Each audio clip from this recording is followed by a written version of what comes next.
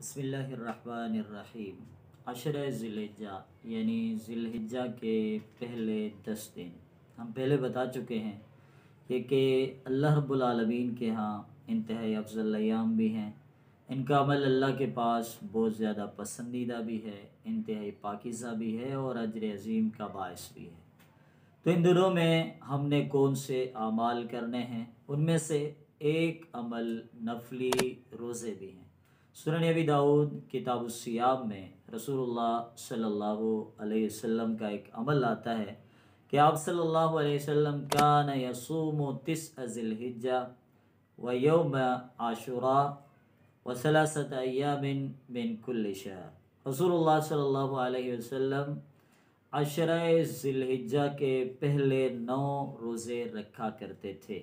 यौम आशुरा 10 मुहर्रम का भी आप रोज़ा रखते थे और हर महीने के 3 दिन यानी 13, 14 और 15 तारीख रसूलुल्लाह सल्लल्लाहु अलैहि वसल्लम नफली रोज़े का अहतमाम करते थे।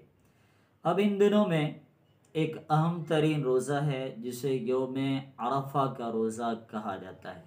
इख्तिलाफ अपनी जगह, लेकिन बेहतर यही है कि वो 9 तारीख का ही रोज़ा है।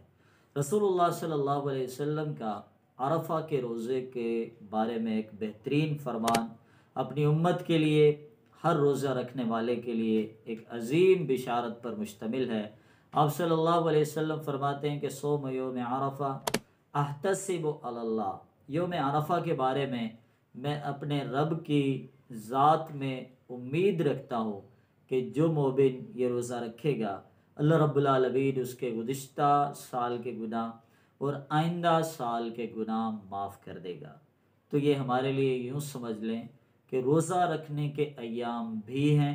पहली ज़िलहिज्जा से लेकर 9 ज़िलहिज्जा तक रोज़ों का अहतमाम करना चाहिए और ख़ास तौर पर यौम अरफा के रोज़े का, ताकि अल्लाह रब्बुल आलमीन हमारे 2 सालों के गुनाहों को माफ़ कर दे।